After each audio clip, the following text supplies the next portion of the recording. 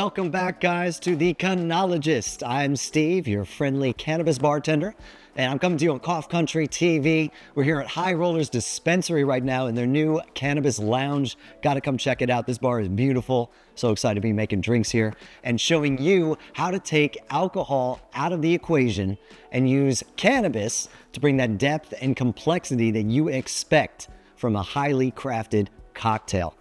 And guys, I say it before, but I feel like a lot of you guys out there are just like me. I'm a cannabis bartender who just realized that alcohol was not his friend. It just wasn't. But I still want to imbibe. I still want to have a drink at the end of the day. I want to unwind.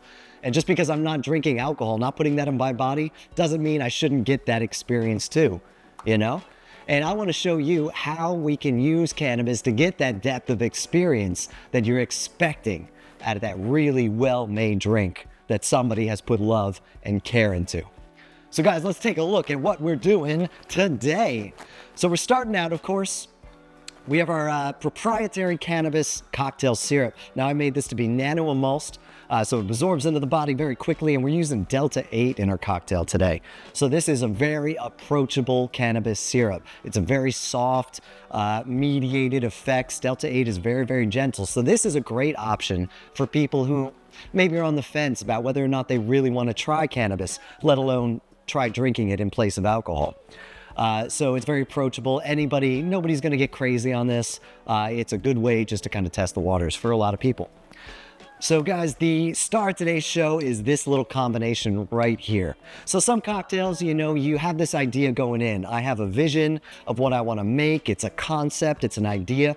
Some cocktails, you just discover a flavor and you fall in love with that flavor and you want to play with it. That's how this one came about. So I was playing around with rooibos tea. So this is a rooibos tea right here that was infused with tarragon. So tarragon is an herb that's got this very subtle anise note, a little bit of an herby licorice note to it. And that licorice note does a really great job of taking the edge off of sweet and citrus things that go very sour, very sweet. It kind of rounds that out and just gives it a nicer play on the palate. Just takes away from the sweetness and raises other things in it. So this is infused with that anise note. And then we have a fresh made raspberry syrup. Guys, I have a video that's gonna show you exactly how to make this raspberry syrup, but it is made just with sugar and raspberries and nothing else. Check this out. Hey guys, it's Steve the Cannologist, and I'm about to show you how to make a natural, fresh, bright raspberry syrup like you've never had one before. We have fresh raspberries, that's roughly 220 grams. And we have an equal amount of white sugar, which is also going to be roughly 220 grams. All right, guys, well, this syrup is super simple. You're basically going to take those raspberries, take that sugar, blend them together.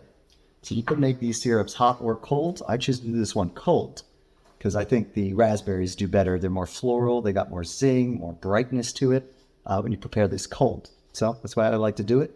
That's the way we gonna do it. So gonna just dump that right in there. Bam, look at that. So these are equal parts by weight, raspberry and sugar. So you just gotta match the weights to break out that kitchen scale. And it doesn't have to be exact, but get it close, get it close. And sugar has this great ability to, just like salt will dry something out, it will desiccate it. If you put it in salt, sugar will do something similar. So if we let this the raspberry sit in sugar, the sugar is going to draw the oils and the juices out of the fruit and into the sugar. So we're going to blend this together, and then we're going to let it sit overnight so the sugar can continue to pull everything it can out of the pulp before we strain it. And it's going to make it a beautiful, beautiful berry syrup, bright, floral, just that bright, fresh berry note. It's going to be beautiful. But it's going to be loud, so get ready. You ready?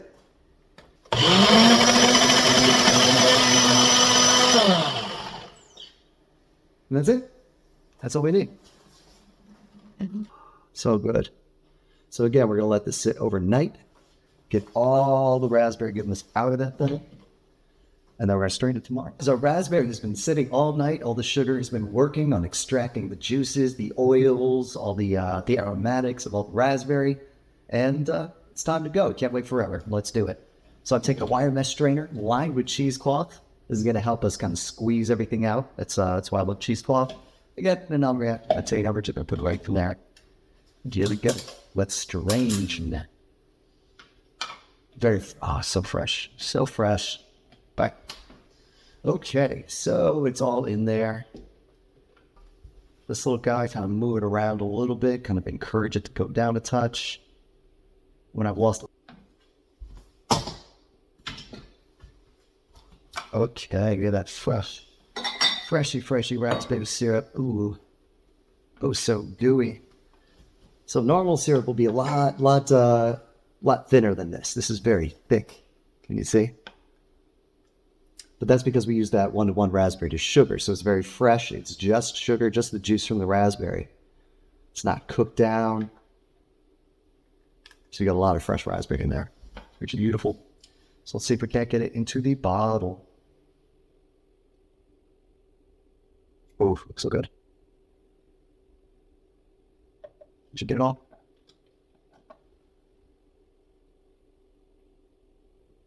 Shalom. There you guys have it.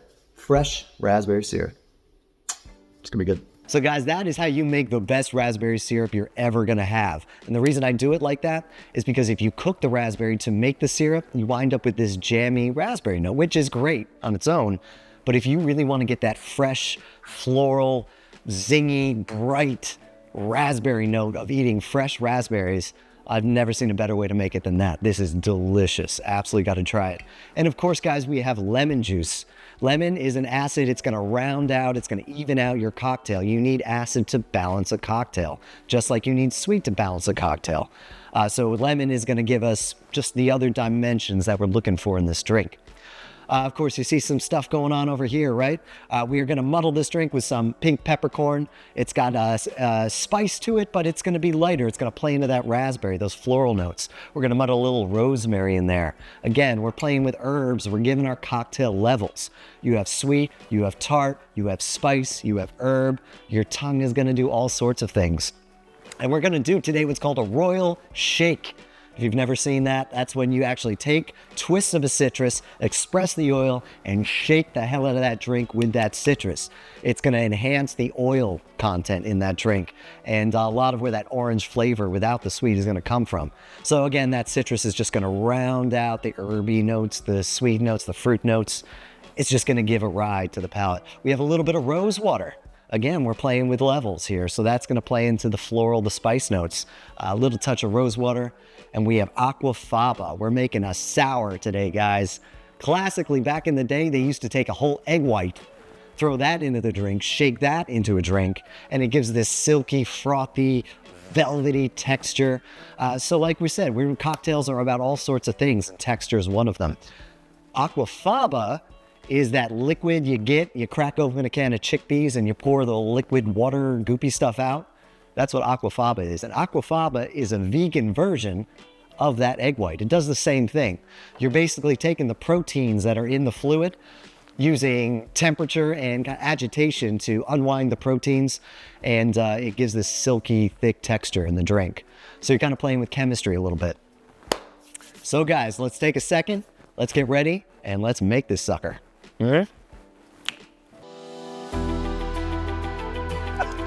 Is your cannabis company still using smoke signals to advertise? There's a better way.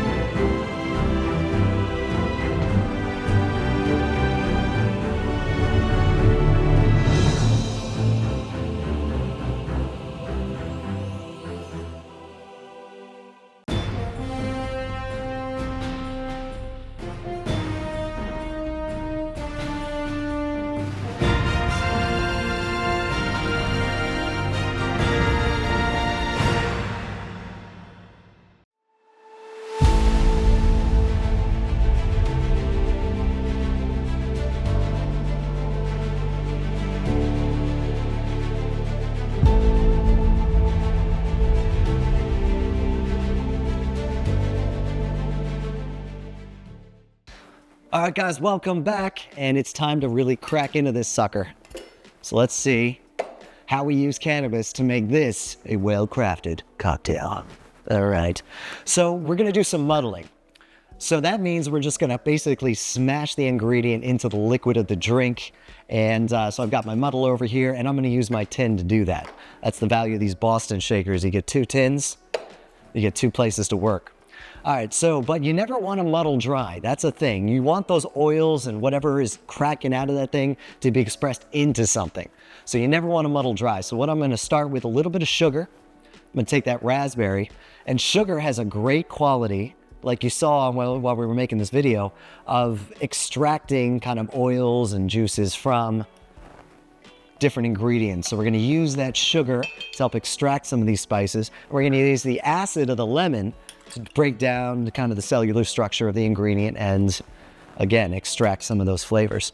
So I've got an acid and a sugar in here. That's a 1/2 ounce of the lemon, 1/2 ounce of the raspberry syrup. I'm just going to take a little bit of peppercorn. It's nothing crazy, just a little blat and blat it. I'm going to take some of this rosemary. I'm going to break it up. Boom. We're going to drop it in there. Oh, mama. Oh, this is going to be so good. Now I'm going to mash it in there. I'm just going to muddle this really good. Now, one thing I always like to mention is that when you're making alcohol cocktails, alcohol is really good at extracting flavors. It does it very quickly. So if I wanted to muddle something into an alcoholic drink, I would probably be done right about now, because that'd probably be enough. But water does not do as good of a job. I'm using the sugar, I'm using the acid, but it's going to take a little bit more effort to kind of get the good stuff we want into that cocktail. So I'm really gonna muddle it. Break this thing up. I can already smell that pepper. Ooh, it's just going so nice off the raspberry. So good. All right, so I've muddled the hell out of it. We're gonna put this down. All right, so I'm gonna take, we're gonna get those orange twists. We're gonna take 2 orange twists to make sure that's nice and rich on that oil. And be careful with these things. I've shaved off my knuckles so many times. It looks simple, but bruh, it's not. All right, I'm putting this down. Come here, you. All right, we're gonna leave that. So I'm gonna express the oils in there. The oils are what I'm chasing. I'm not chasing the juice. I want the oil. That's where that rich aromatic note is gonna come from. I'm gonna throw that in there. Look at that, get all that oil in there, and I'm gonna drop that sucker in. Yeah, we're breaking rules. I don't care. This is called a royal shake. It means you're really just pounding in that orange oil. And because we're not working with the depth of alcohol and what alcohol can draw out, we've really got to layer our flavors in there. So hell, we'll give that another little muddle right there. Bam. All right, then of course we have our cannabis syrup. Let's not forget that. Let's do a 1/2 ounce of the cannabis syrup. That's going to be about 15 milligrams. Nice, easy note. It's supposed to be like a beer. I don't want you to get knockered off of one drink. You're supposed to be able to drink all night, right? So let's make it easy on ourselves. And we're going to do 2 ounces of rooibos tea infused with tarragon. All right, we're just about ready to shake this drink. Let's get our glass ready. So we're going to take our glass, ice that sucker up. Bam, let's move you out of the way. Oh, here we go. All right, and one thing we're gonna do is, I've mentioned before, but dilution is very important in a cocktail, and water does not dilute as well as alcohol does when we shake this thing. So I'm gonna put just 1 ounce of regular old club soda into this glass just to help that dilution along. Just get it really where we wanna be. But because it has bubbles in it, I don't wanna shake it with it, because I want those bubbles. That's gonna bring texture into the drink. And finally, before we shake this, we're gonna use our aquafaba. I'm gonna use 3/4 of that aquafaba. And again, we're after the proteins in that. So that's gonna, as we shake it, it's gonna get this thick, velvety texture. All right, we're gonna do something really weird. We're gonna shake this 3 times. We're taking advantage of chemistry here. So I'm gonna shake this dry. There's no ice in there, and the liquids are as warm as they're gonna be. They're room temperature. And because we don't have any alcohol, we're just using water. We wanna get out all these spices, all these oils. I'm gonna use that warm water, or the warm liquid, to help extract that. Just give it a little, a little head start. Just kind of mix it all in there. Get some air in there. All right, so I gave it a chance to kind of dissolve a little bit. Let's ice it up. Okay, let's give it another shake. So now we're chilling the temperature. Now we're adding a little bit more water. We're starting to dilute. We're folding air into the drink.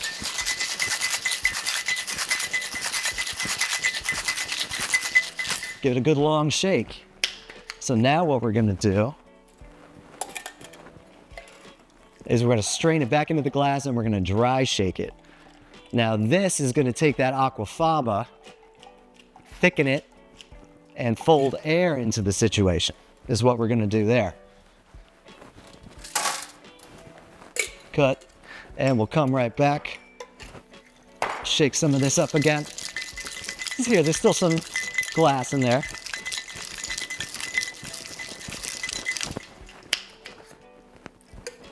So we're shaking 3 times now. It's a lot. And we're gonna pour into the soda water, and the bubbles are gonna push everything to the top. Bam, right there.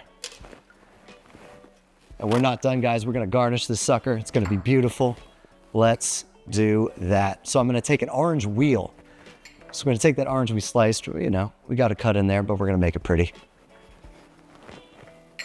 We're not wasting anything. We're gonna take that wheel, we're a little full. You know what I'm gonna do? I'm gonna take one of these cubes out here. I'm gonna save that.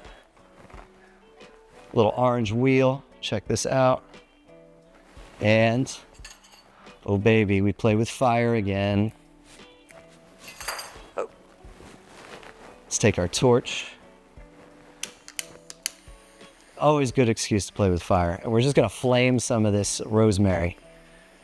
Because you want something on the nose, you want presentation. So this is gonna be a rich, velvety, a little bit smoked, little touch of a sour kind of vibe. Ooh, it's fighting me, but we're gonna get there. There we go. We want that. Look at that. There you go, guys. So let me know in the comments what you think we should name it, and we'll be right back. And Phil's gonna help me taste this guy, see what we got here.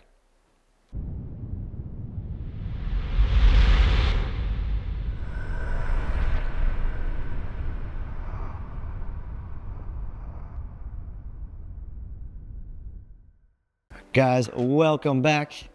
And I got Phil here from Late Night Green. He's gonna help me test this guy out. And be sure, think about it. Let me know what you think we should name this in the comments. So Phil, take a sip, and I'm gonna change the drink for you a little bit. I'm gonna change it. Okay. There's an ingredient I didn't put in there, and I waited till now to do it. Try it. Update. So we're gonna take a little sip. Tricky, sticky here. So it's rich. It's not too sweet. It's got a little earthy note with that rooibos. It's got the lemon. The lemon's adding acid to it. It's got texture. Now check this out. So we got rose water here. So again, we're gonna add another level. I mean, it could be. Depends where you're from, you know. But we got rose water here. So we're talking about levels of this cocktail. That rooibos gives a nice earthy base to it. The raspberry picks it up. The lemon brightens it. You've got the spices kind of playing in between, and now we're gonna add something floral in there. And this is mostly on the nose. Give it a good pump. I want more than you think in there. And it's just floating on the surface, so as you drink it, it changes it. It changes it big time. It changes it. It almost went from like an orange creamsicle to it has a bit more bite to it now with the rose water that you put in. Right, it's pulling away from those sweet notes. It's so easy to kind of focus on a cocktail on the sweet things because that's what you have to play with. So to be able to pull away from the sweet and look at the other ingredients in the drink is like a trick. It's a good thing to do. So learning this on a Friday night is pretty damn good because you can drink these the rest of the week. Oh yeah, you're gonna get up ready for work and you're gonna be just fine. But yeah, impress a date, man. This is a nice drink. It's got the You said creamsicle before, and that's the texture. That's what the aquafaba is doing. That's what the egg white does. The orange and the combination, that gives you that almost that orange. Right. And the rose butter just changes the dynamic of it. It's delicious. The oils and the orange and the rosemary, they can attach to the thickness of the aquafaba, like that creamsicle The thing. audience definitely needs to give this a name. This is phenomenal. This is a nice one. Absolutely. Cheers, man. Cheers. Cheers. Appreciate it. Guys, be sure to like, subscribe, and follow. Check us out every Friday for more cannabis cocktail ideas. Let's see how high we can go with our cannabis cocktails. And thanks again to High Rollers Lounge for letting us use their beautiful cannabis lounge. Come check it out in Atlantic City.